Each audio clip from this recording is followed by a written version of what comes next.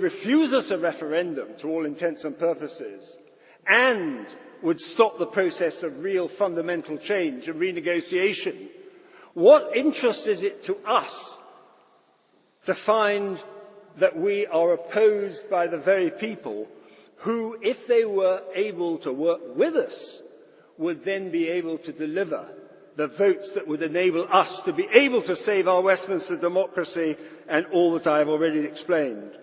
Under a Lib Lab government, there will be no referendum, there will be no renegotiation, there will be no leaving of the treaties, which Nigel and I have both argued for. There will be no national interest. The national interest will go down. That is my charge. That is my challenge. And indeed, it has been calculated this week that for UKIP to actually be able to get as many as one Member of Parliament, they'll need to have 20% of the vote in the general election. Now, I asked Nigel, is that going to happen? I doubt it, he'll say if it will.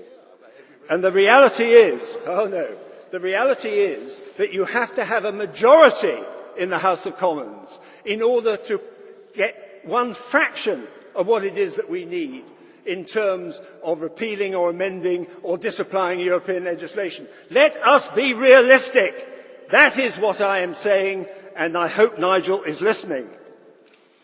Today, in the Times, he talks about a joint ticket.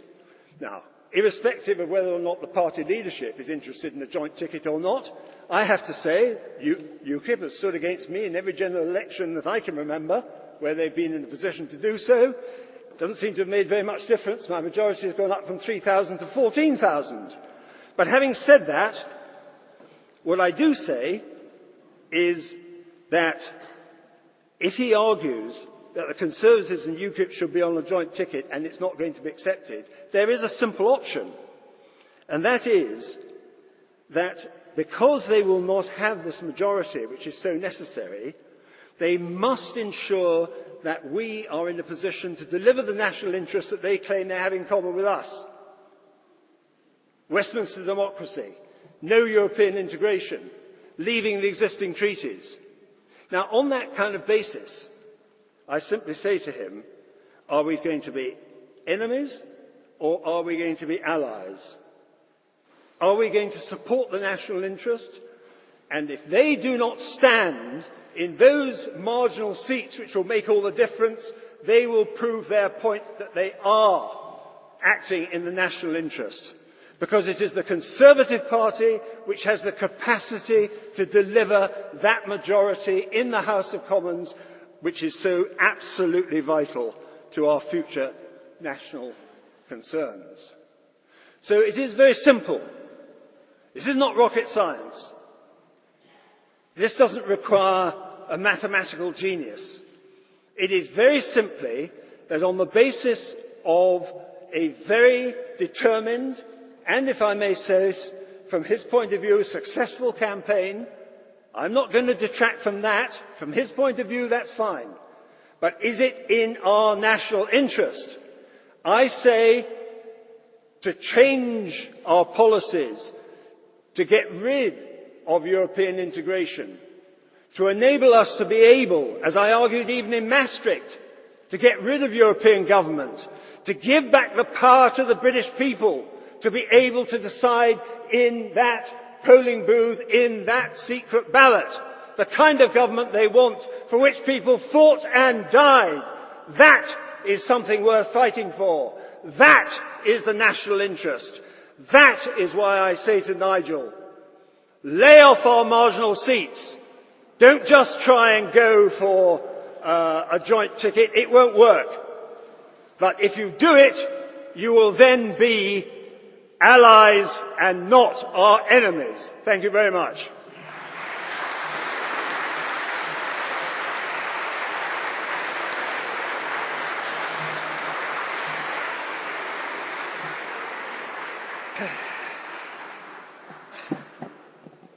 Thank you, Bill, for that impassioned plea.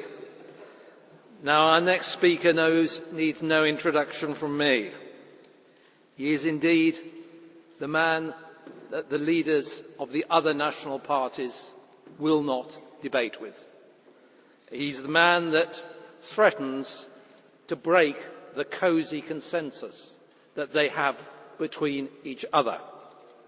Ladies and gentlemen, I give you the leader of the United Kingdom Independence Party, Mr. Nigel Farage.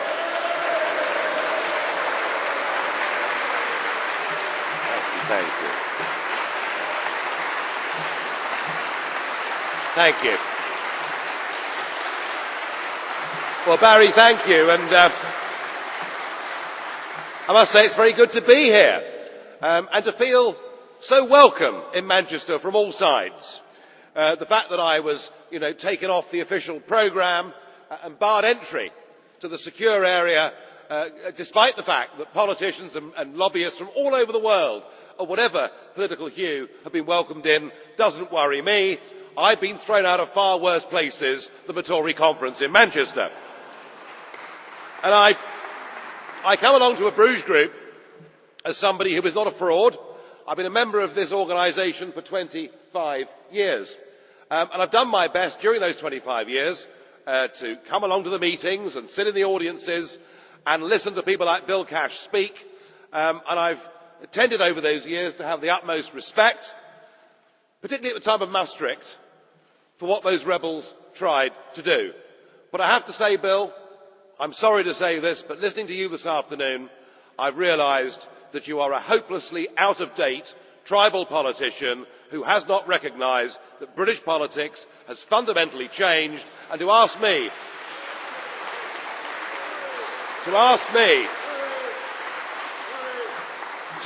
me to support a party led by Mr Cameron in order that we can get back our national independence, I'm sorry, you've got to do rather better than that. You really have. And I mean, don't forget, Bill, that at exactly this time last year, at the last Tory party conference, the official Cameron position, which was argued with great passion, is that he did not want there to be a referendum on our membership of the European Union. He said it 5 times publicly. 5 times he said it because he said, I believe we must remain members of the European Union. Now we come to this conference with Mr Cameron promising a distant referendum. This, of course, from the same man who not so long ago gave us a cast iron guarantee that if he became Prime Minister, there'd be a referendum on the Lisbon Treaty, and then, of course, he let us down like a cheap pair of braces. This one comes after he gets a majority and after a renegotiation, and is nothing more than an attempt to kick the issue into the long grass for the course of the next 4 years. But the real question, Bill, is why is there a referendum promised this year? Is it because of the Tory Eurosceptic backbenchers? Is he really frightened of them? Well, Bill, you said earlier that you voted 47 times against the Maastricht Treaty. True. But there's one thing you forgot to tell this audience. Go on. That you voted for the Maastricht Treaty by supporting John Major in the motion of confidence debate. When it came to the ultimate test, you failed the test. You failed the test. You put your party before this country. No. That would have led to John Smith taking over. You see, now poor old Bill says that would have left to John Smith taking over. Tribal politics. Some sort of pretence there's now a difference between the Labour and the Conservative parties. When actually what we've done is given away the ability to govern our own country. I spent 20 years before getting involved in politics working in the City of London, working in the private sector. I worked damned hard up until lunchtime every single day that I was there. But I can tell you that Britain's biggest industry, Bill, Britain's biggest industry, 10% of our GDP, and it now doesn't matter whether we have David Cameron in Downing Street or Ed Miliband in Downing Street, because in November 2010, since your great leader became Prime Minister, and on a 3-line whip, British Conservative MEPs voted to transfer control of Britain's biggest industry to a French bureaucrat who wishes us no good, and 3 new European regulatory authorities. I'm sorry, Bill, the world has moved on, and the best way to change British politics is from without and not from within. Now, my job is to come to this Conservative conference and to say to Conservative delegates that in many ways I think we could have common cause. Not with these tired arguments about tribal politics, but let's talk about the next election. The next election takes place on May the 22nd next year, a fact that is almost completely forgotten with all the media speculation about the next general election. And I've got a suggestion to all the Tory delegates that are here in Manchester this week and who genuinely care about regaining British independence, a point on which Bill and I do sincerely and wholeheartedly agree. I put it to you, Bill, that if you want British independence, you have got to vote UKIP on May the 22nd next year. And there are two very good reasons. There are 2 very good reasons why Tories like you, Bill, should vote UKIP on May the 22nd next year. The first is that what it will do is it will up the ante. It will keep the pressure up for there being a referendum at some point in time. Given that your leader lied before, holding his feet to the fire would be no bad thing. I also think that a big UKIP success next year will, of course, also force the Labour Party into promising a referendum too. Something that will happen, but I think in many ways the sooner the better. And there's another reason, I think, why in the end many Conservatives, perhaps even Mr Cameron himself, may thank me for urging Tories to vote for UKIP on May the 22nd next year.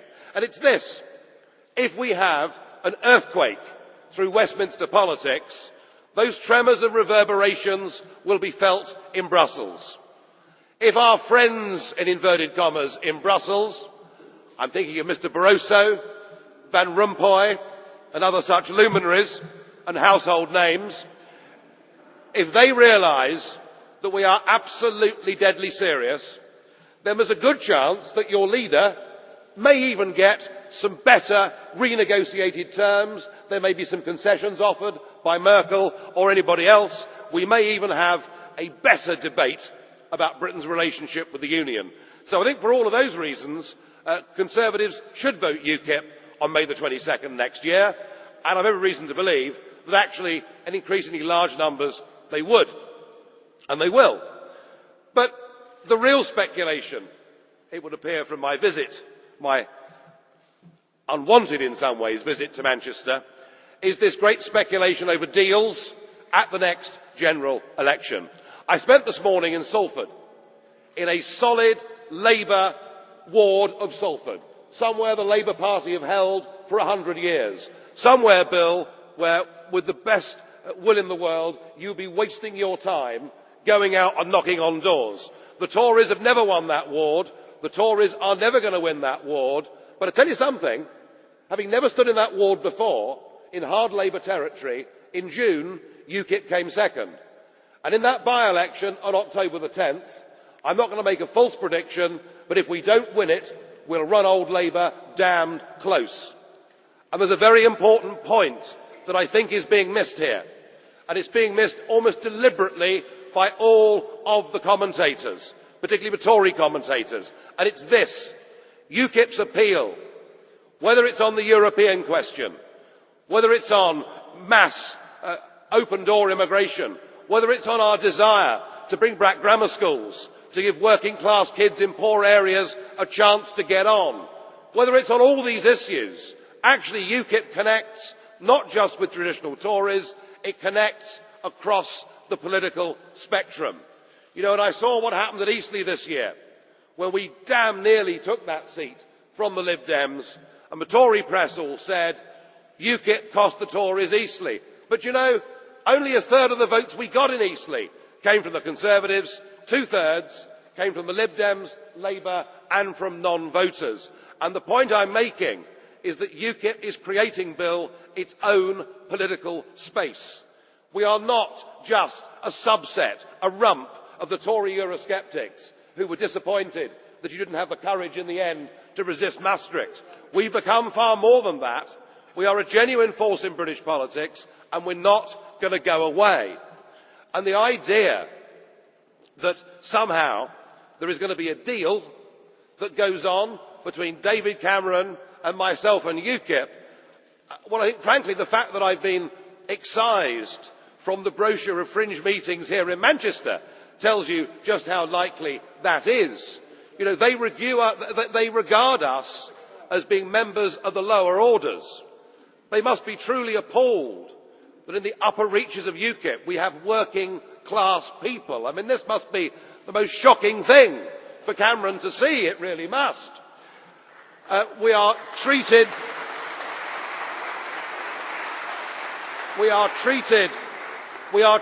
with contempt, and I thought it was terribly funny on the Marr programme yesterday. He couldn't bring himself to mention my name or the word UKIP. It's all too difficult. So there isn't going to be a deal between us and the Conservative Party at the next general election. That is impossible.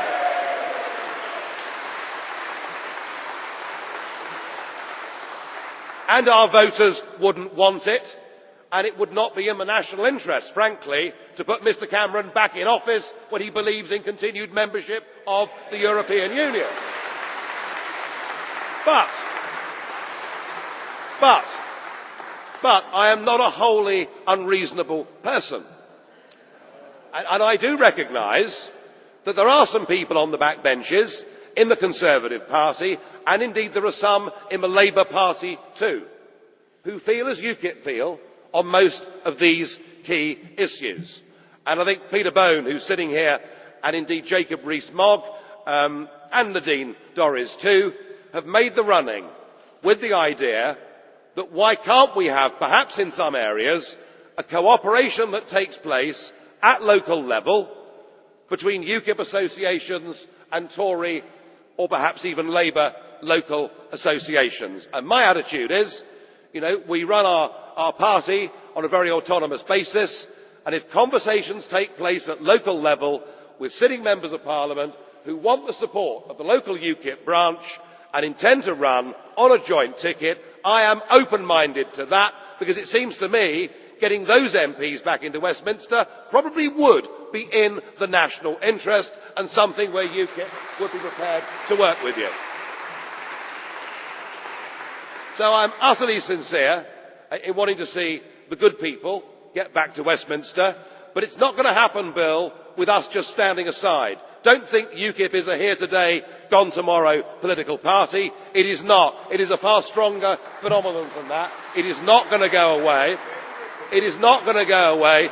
Well, Bill, I tell you, when you shout at me and ask me how am I going to repeal the 1972 European Communities Act, when pushed to the test, I would not vote for the Maastricht Treaty to support my Prime Minister. I'd show a bit more guts than that.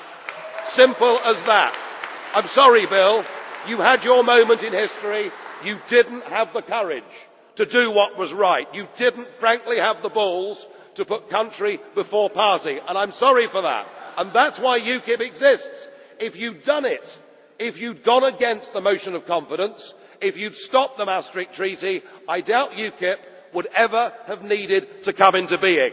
But it's come into being, and it isn't going away. And I repeat the message, ladies and gentlemen, especially those of you that are delegates to this Tory conference, take the opportunity on May the 22nd next year.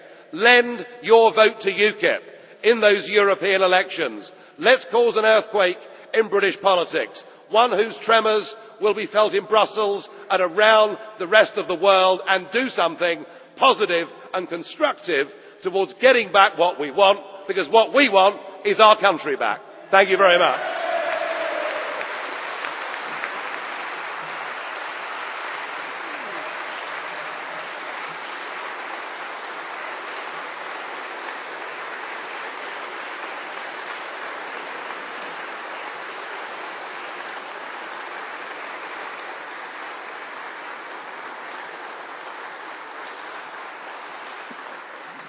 Ladies and gentlemen, Our third speaker is one of the finest journalists that we have in our country.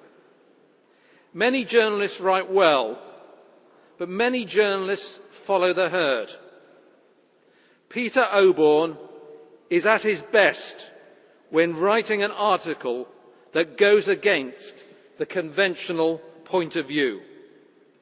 Peter, we thank you for your independence, your integrity, and your desire to get to the truth about the great issues of the day. Ladies and gentlemen, Mr. Peter Oborne.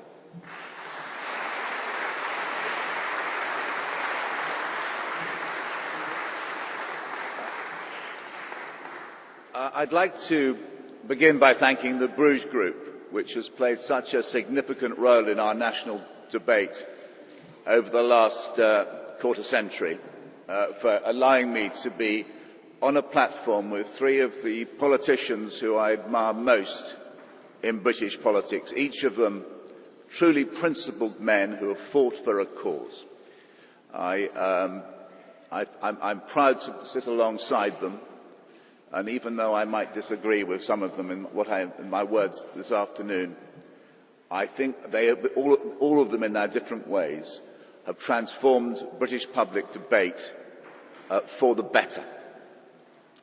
And I would also like to recommend the essays of A.J.P. Taylor, which I edited for the Bruges Group, wrote an introduction for it, at any rate, for the Bruges Group many years ago. He was a Mancunian, a free trader. He wrote passionately against the European Union and brilliantly in the Sunday Express. And I cannot recommend those essays too much. I am going to take issue with Mr. Farage a little later on, but first of all I want to place the rise of UKIP in a historical context, and I'm trying to go and speak from the perspective of a political journalist, but a sympathetic observer, a conservative political journalist who believes wholeheartedly that the emergence of UKIP and the emergence of Nigel Farage as one of our front-rank politicians has been absolutely a force for good in this country.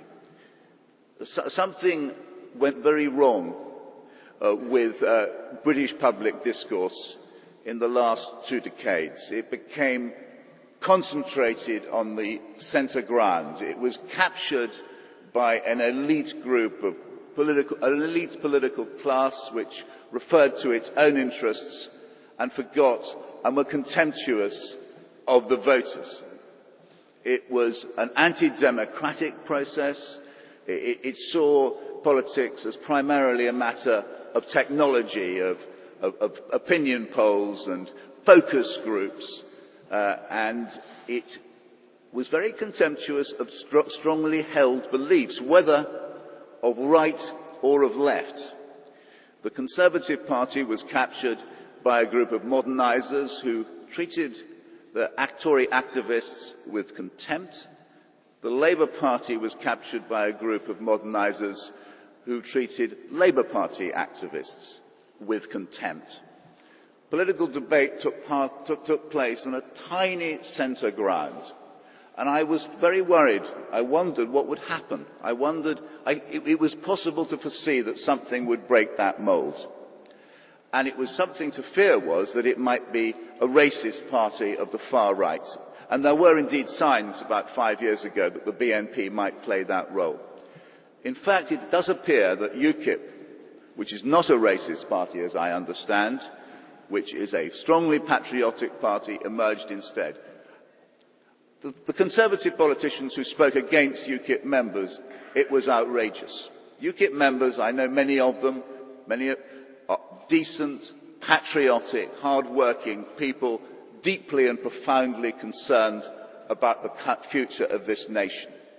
It is wonderful that suddenly, out of nowhere, their views are being heard. And boy, did the British political and media establishment try to stop UKIP's views being heard. One of the most marvellous things about Nigel Farage is that although we see him a lot now on Question Time, for about 15 years he went back to old-fashioned politics. I had dinner with Nigel a few years ago. He'd just come down from some sort of meeting, pounding the pavement in a local elections, I think it was, up in the north. He was just about he'd come into London briefly. He was then going to catch a train to the West Country and pound the streets again there. Now, this was real, proper politics, door-to-door stuff, completely below the radar. The BBC refused to acknowledge the existence of UKIP. There were European elections about 10 years ago, and I remember looking at the screen, and UKIP, as it happens, had done very well. I think you'd got about 20%. They said Tories 30%, Labour 26%, other 20%. Other 20%. The BBC was so blind they couldn't even acknowledge the existence of UKIP. And so UKIP emerged not because it was came from above, it emerged from below. It is the first, it's often said, and I've read in the press, that it's the most important political party to emerge since the SDP in the early 1980s, which was equally designed to break the mould. I think you're much more important than the SDP for this reason. SDP was a top-down project. It was an elite project designed to use existing political technology and govern from above. You have come from below, and everybody who loves democracy in this country must be grateful for the work which Nigel Farage has done, which so many other people in this hall have done. You have transformed British politics, you've brought an honesty into British political debate, you have refreshed British politics. Nigel Farage, one of a very few number of politicians in this country who is now instantly recognized. Boris Johnson has some of that, George Galloway has some of that, Caroline Lucas of the Greens has some of that. There's very few people of you who are prepared to stand outside the political establishment and tell truths which the political establishment hates to hear. And that is why I have always welcomed and been fascinated by the emergence of UKIP. We now come to what your current strategy is and your relationship with the Conservative Party. And that is the discussion of today's debate. It is a profoundly important discussion which will shape the future of Britain for the decade ahead. And I want to make an argument that UKIP made a mistake 6 months ago. 6 months ago, David Cameron, we all have our opinions of Mr. Cameron,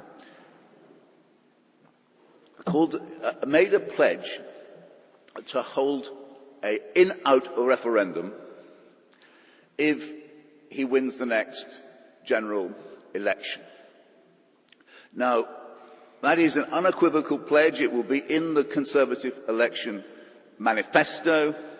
Mr. Cameron has said that it will take place 2 years after the next election in 2017. Now, as I understand it, that is exactly what UKIP wanted and had been campaigning for. An in-out referendum. The opportunity for a great national referendum on one of the great issues of our time. You'd won.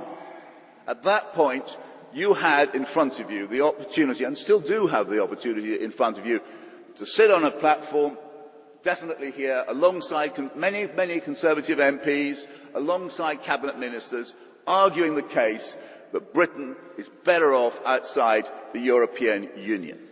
It was a fantastic moment, Bill Cash is claiming the credit, rightly so. He's an extraordinarily honourable and courageous man. I give more of the credit to UKIP, because UKIP changed the national debate. UKIP terrified the MPs inside the Conservative Party into taking that position. UKIP ultimately terrified Mr. Cameron into pledging that referendum. I think at that point UKIP had a choice. It could either say, right, that's brilliant. We are now going to go behind the Conservative Party to win the election so that we can campaign wholeheartedly for no after the election. You could then start constructing your no campaign. You could advise your supporters to vote Conservative in the election and then come outside of the election, get the no campaign going, get the education process going, make sure that unlike in 1975, you'll have a fair national debate. Remember, in 1975, it was incredibly unfair debate, fixed really by the establishment. Instead of which you didn't accept the gift. You said, no, we're going to carry on as an independent party.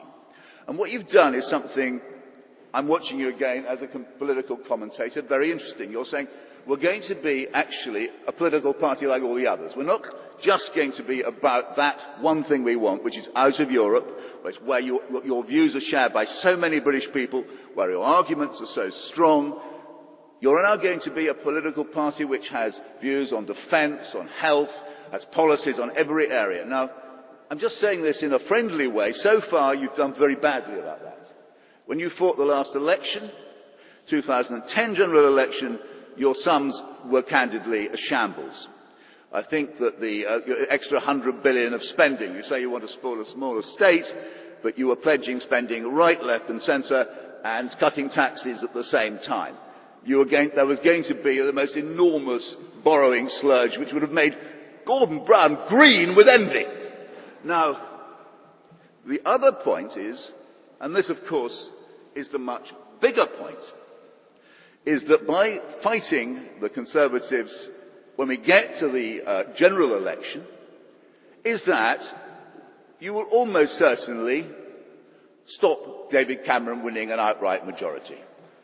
There's a fascinating poll carried out by Lord Ashcroft, which showed that the threat to Cameron, when we get to the general election, the threat to the Conservatives does not come so much from Labour, who are languishing, it comes from UKIP, who are taking away Conservative voters. And so, we will not get, if you carry on with your strategy at the moment, with the enormous and in many ways very deeply deserved success you have, if you carry on like that, you are radically diminishing the chances of a Conservative victory. Well, if you don't get a Conservative victory, can I just say something to you, Mr. Farage? You won't get that in-out referendum. It's an incredibly important point. In fact, you're going to get Ed Miliband almost as bad. Ed Miliband as Prime Minister, profoundly pro-European. You are, I hate to say this, the friends of the Euro-federalists. A UKIP vote is a vote for Euro-federalism. Now,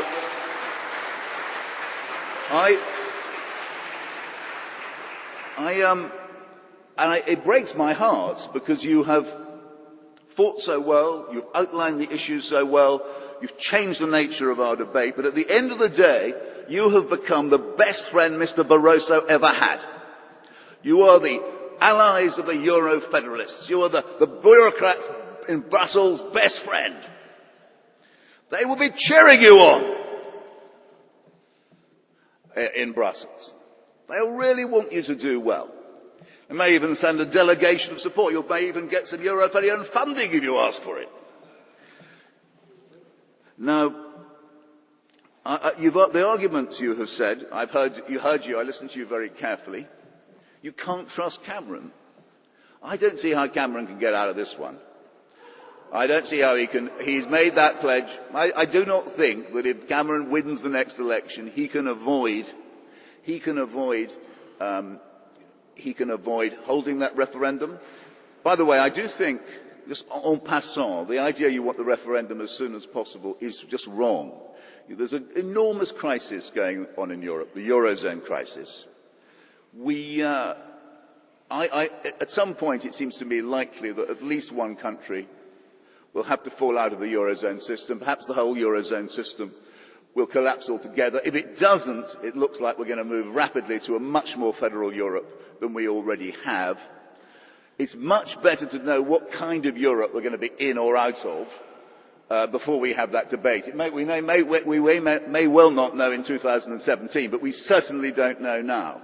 It's much better to wait till after the general election, after time has passed, after we can at least have a decent idea about what is the Europe we are going to leave or to stay in.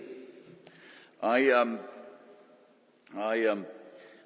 feel also, and I think this is perhaps the concluding point, that if you maintain those, if you worked with the Conservatives for an in and out referendum in a friendly way, you would find when you fought that no campaign, you would find yourself on a platform, or many platforms up and down the country with, I guess, 100 plus Tory MPs. You'd find yourself on platforms alongside Conservative MPs. We do have, by far and away, the most Eurosceptic Tory party we've ever had. And once again, much of that is down to UKIP, because of the way in which you have forced the issues right out into the open, the way you have forced the party hierarchies to come to grips with it. But at the moment, I simply worry that you will not be, by your own actions, you will prevent yourself from being one of the most powerful, brilliant speakers in the No campaign of 2017. Thank you very much.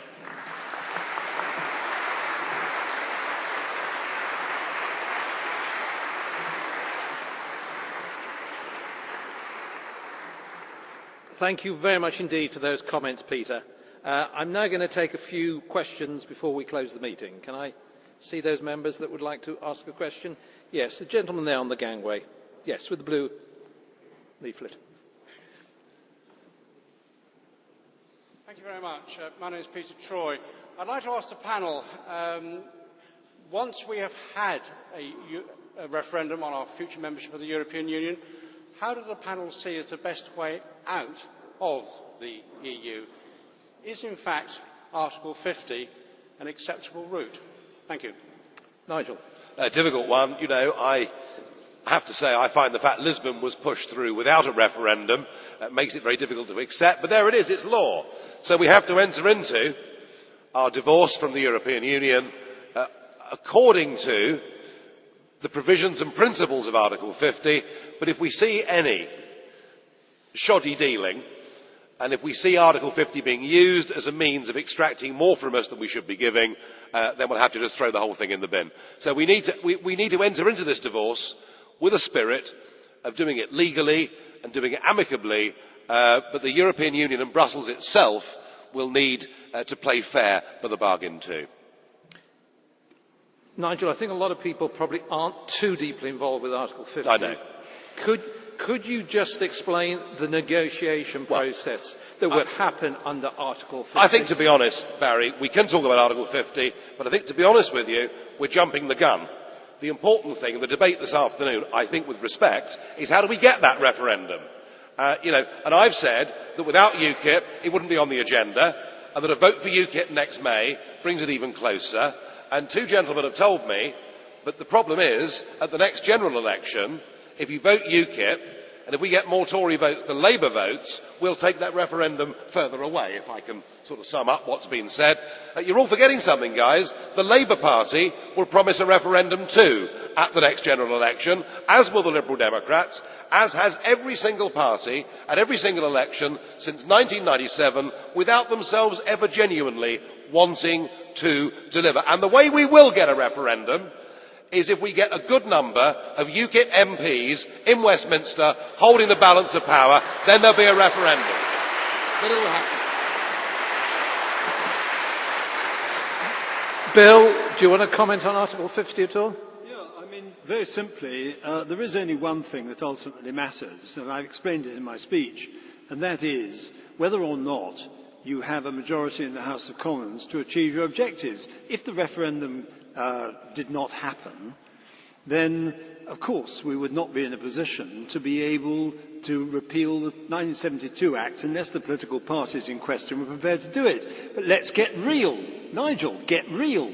You cannot do anything to remove the European Communities Act on which the whole of the European fabric and structure depends in the United Kingdom unless you have got a majority in the House of Commons. And even you're not going to say that you would, in UKIP, could even possibly approach that sort of figure. You know it. It's a fact. And it's not that I don't want similar kind of objectives in terms of leaving the existing treaties, disapplying European legislation, having a referendum. But for all these things, you have to have a majority in the House of Commons. That is something which isn't a matter, as I said, of rocket science. It's just a fact. And if you can't deliver that, as Peter was indicating, and if you were actually to prevent us from being given even the opportunity of doing so, then you defeat your own interests. That's the problem. There's so much that we have in common on the European issue. As I said to you at a previous meeting, on those matters, most of them, there isn't a cigarette paper between us. You've used that expression again since we had that debate.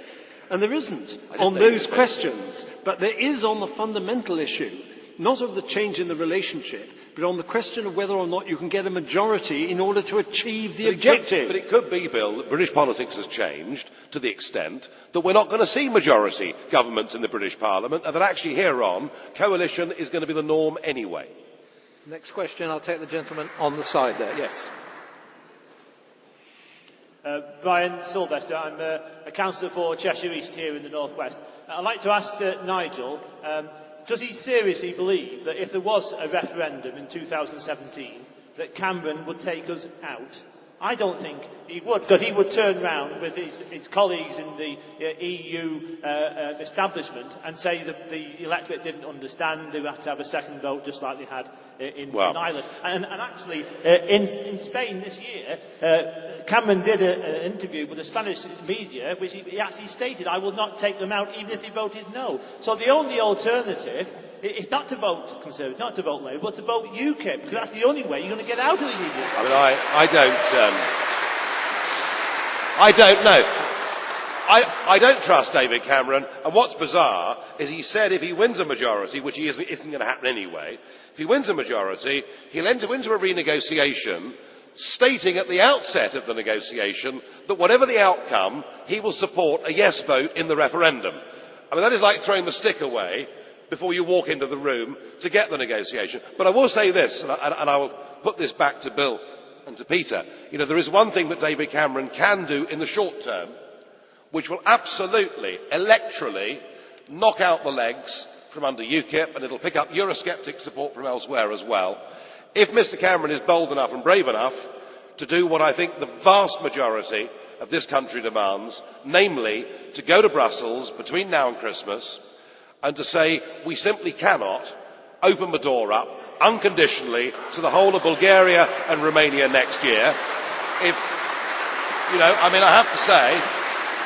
have to say that if David Cameron did that, then I might rethink completely my attitude towards him. But I don't see any sign of it happening. Peter?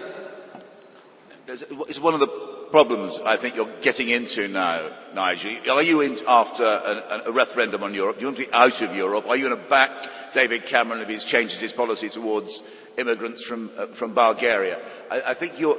Well, if he defies the treaty, Peter, if he's prepared to say to our partners in Brussels that actually this part of the treaty has turned out rather differently to the way we envisaged it 40 years ago, and that actually we cannot go along with this, then we can share a platform in January, and I might have a very different attitude. But I'm not convinced he's got the will or the belief to do it. That's all I'm saying. Okay. Yes, the gentleman in the glasses, middle of that row. Yeah, go on.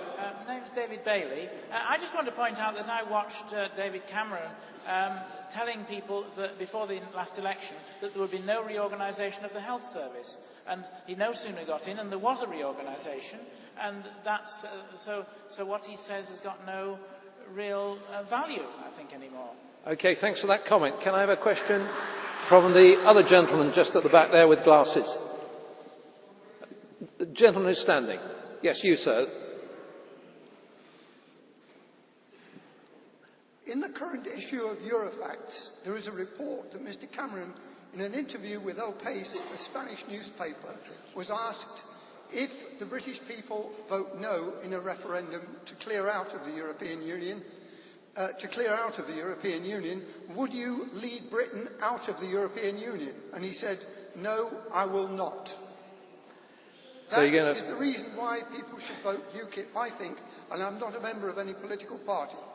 So, Bill, will you then find a leader of the Conservative Party that will lead Britain out and carry out the will of the people, and who might that be? Well, first of all, I'd be very interested, because I haven't actually heard this before. It's in El País by the newspaper in Spain, apparently. All I can say is that if that was something which was well known within the Conservative Party in Parliament, and I shall certainly be making my own inquiries into that, then it would have a very... you're showing me a piece of paper. That's fine, it's fine. I'm not disputing what you're saying. I'm simply saying I believe in reading stuff for myself. Thank you. But what I am saying is that if David Cameron or any other political leader defied the vote which had been authorised by Parliament at a referendum, it would change the whole nature of the relationship between himself and his party. It's as simple as that. Thank you, Bill. Yes, gentleman, two in, just at the back there, grey suit and a moustache, I think you've got, sir. Back a bit. Keep going back. I have a question for Mr Farage.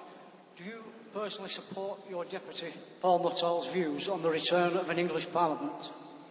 Well, I think we've got to completely readjust our view on the United Kingdom.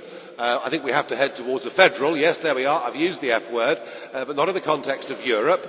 I think a federal future for the United Kingdom, where the English start to get a better deal and feel they've got their own voice, is the only way, long term, we are going to save the Union. But frankly, having these debates about an English Parliament, its merits or demerits, even having a referendum in Scotland next year, quite honestly, these debates are irrelevant if we go on being a country 75% of whose laws are made by the institutions of the European Union.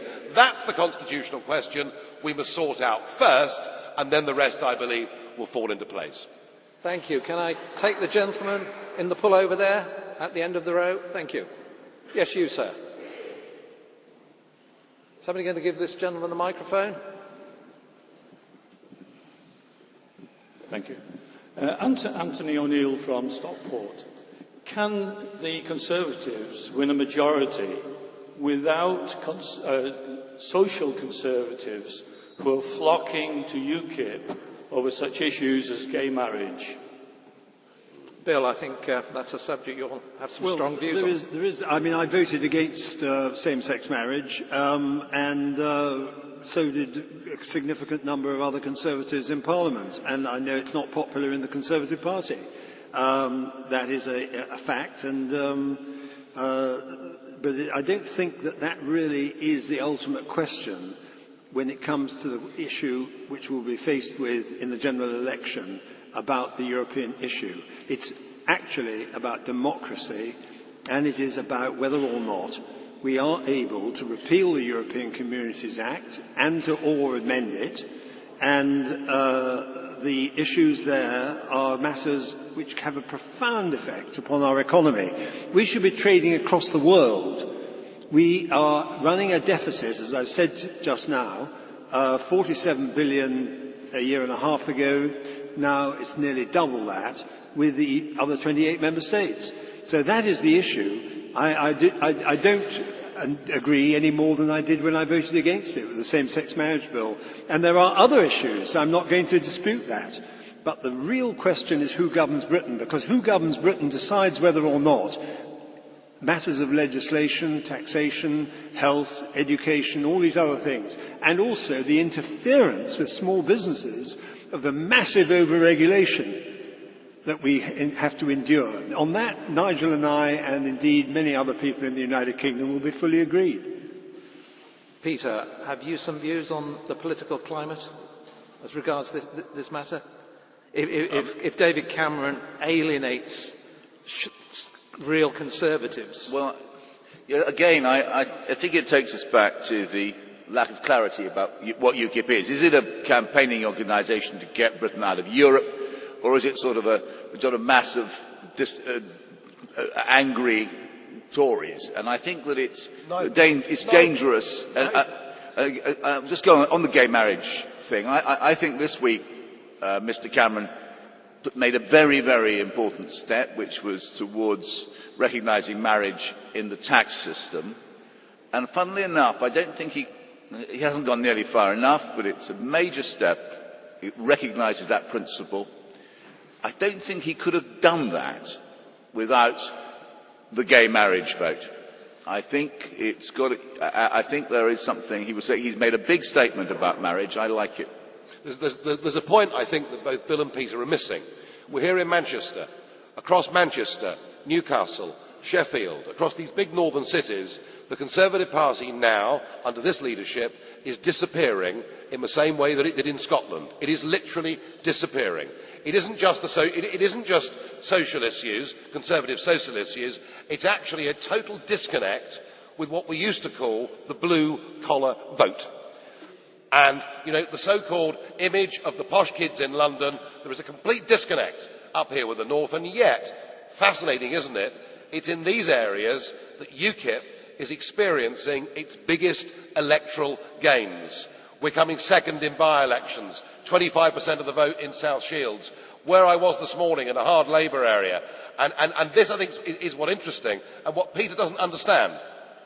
He's still stuck with the mindset that we're a group of people who got together because Bill's lot couldn't quite make it, sadly, at Maastricht. We're not that. It's much, much more than that. And it is now a patriotic political party who sees Peter leaving the European Union as turning the key to the door to a land of opportunity where we can actually have a government that stands up for good, ordinary, decent working people. And that's what UKIP's become. We are the working class party. Bill? Nigel, just one point. I would like to put this to you because you've been pretty extravagant in some of the things you've said. I'm not going to take affront. It doesn't worry me what you say, I can tell you. But what I will say is the one question that I'd like you to answer is how many seats do you think, at the very best, you would be able to win in the next general election? All through the 90s, I was told UKIP would never get anywhere. No, I want and to answer. then we had proportional representation. I was told we hadn't got a chance. We won 3 seats. In February 2009, I was told we'd be wiped off the electoral map in the European elections of that year. We came second across the United Kingdom. I was told it was a freak. We could never repeat it in a domestic election, and we just got 23% of the vote in the English county elections. The answer is, Bill, if we win the European elections, and on the same day hundreds of council seats up and down this country, I don't know, but I think there is a possibility we get enough people in Westminster to hold the balance of power, and I repeat, then there will be a referendum. I think you're living in cloud cuckoo land, Nigel. Bill, you've told me I've been living in cloud cuckoo land from the very start of UKIP. No, I did not. Keep surprising you, and that's because we've lost faith in the political class in this country. That's not what I Let's said. take a final question. I'll take a question from the lady in the purple scarf. I joined UKIP, but I was an ex-Tory. At the last election, I fought a marginal seat for David Cameron. Then I was an angry Tory, because when people came up, shadow cabinet members came up to me and said, you can't talk about Europe, you can't talk about immigration, you can't talk about your support for grammar schools. And I was a working class Tory. That made me angry. But do you know, I'm really happy now I'm back in UKIP. And if I get the chance to fight the European elections next year in the South East, I really hope every one of you in this room vote for us, because that's the election that you will get. Because I'm not convinced that Carstine Dave will give you a referendum. And there's a question to Peter. Peter, why do you think we're not allowed, actually, we shouldn't have domestic policies? We are the third party in politics now. Forget the Lib Dems. And if we can demonstrate to people that we do have views on these issues, then they can vote for us. And we will get into Westminster. And I want to be at Westminster in 2015. Peter? Yeah.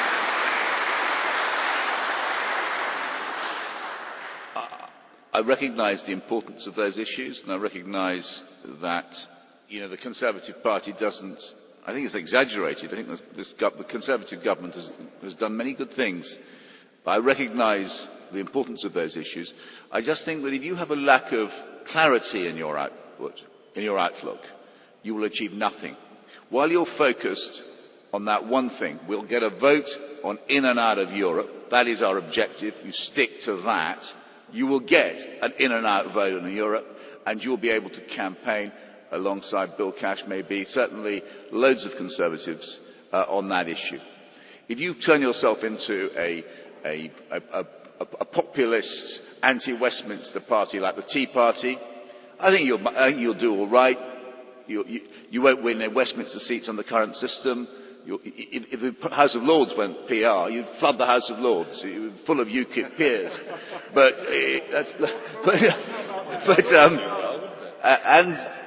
I don't think you'd be nearly as effective. Okay, I'll just take a final wind-up comment from Bill and then from Nigel. Well, basically, I think it's been a very useful debate. I think that I'm fascinated by Peter's assessment of the position. I don't think it was that far away from what I really passionately feel myself as a practicing politician. We have to be able to do things that are really going to change our relationship with the European Union. I take in good heart and with a bit of fun Nigel's parky remarks about the Maastricht vote, but it was a reality at the time. We could not have brought that government down without the Smith and Co taking over, and it was really as bad as that. And I said in my speech, I said, I am not going to hand over the running of this country to you, who are more federal even than my own Prime Minister. That's what would have happened, and it would have been a disaster. However, I'll leave that aside. It's been a good debate. There are real issues. There is a certain amount in common between the two parties. But on the fundamental question of whether or not we can achieve our objectives, it is only the Conservative Party which, if it has enough members of Parliament, will be able to guarantee that we make the changes that are needed. Nigel. Bill, Peter, I would just say, chaps, I read and listen to what you have to say. I've got great respect for what you've done in the cause of Conservative politics. I think you're both out of touch, behind time. You haven't recognised there's a big change taking place in British politics. And there is a big change. Much bigger than you think. Ladies and gentlemen, thank you all for your really fascinating questions. And will you join me in thanking our outstanding speakers that we've had here today?